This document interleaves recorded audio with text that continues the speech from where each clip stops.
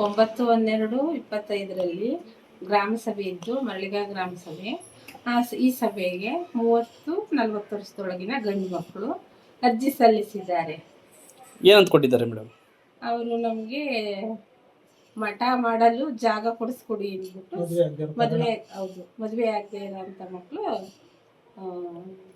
ಇದು ಕೊಟ್ಟಿದ್ದಾರೆ. ಈಗ ನಿಮ್ಮ ಪಂಚಾಯತಿಯಿಂದ ಈ ರೀತಿ ಇದನ್ನ ಸಾಮಾನ್ಯ ಸಭೆಯಲ್ಲಿ ಚರ್ಚಿಸಿ ಮುಂದಿನ ಕ್ರಮ ಕೈಗೊಳ್ತೀವಿ. ಅಧಿಕಾರಿಗಳಿಗೆ ಅವ್ರಿಗೆ ಮಠ ಕಟ್ಕೊಡೋಕೆ ಅವಕಾಶ ಮಾಡಿಕೊಡ್ತೀರಾ, ಜಾಗ ಕೊಡ್ತೀರಾ ಏನು ಅಂತ? ಸರ್, ನಮ್ಮಲ್ಲಿ ಇಲ್ಲ, ನಾವು ತಹಸೀಲ್ದಾರ್ಗೆ ಅರ್ಜಿ ಹಾಕ್ತೀರಿ.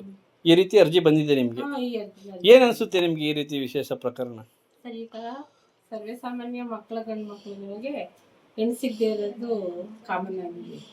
ಈಗ ಸಭೆಗೆ ಕೊಟ್ಟವ್ರೆ, ಅದನ್ನ ಸಾಮಾನ್ಯ ಏನಕ್ಕೆ ಮೇಡಮ್ ಹೆಣ್ಣು ಸಿಗ್ತಾ ಇಲ್ಲ?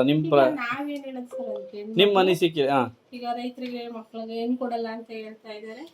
ಹಾಗಾಗಿ ಹೆಣ್ಣು ಮಕ್ಕಳುಗಳೇ ಕಡಿಮೆ ಆಗಿದೆ.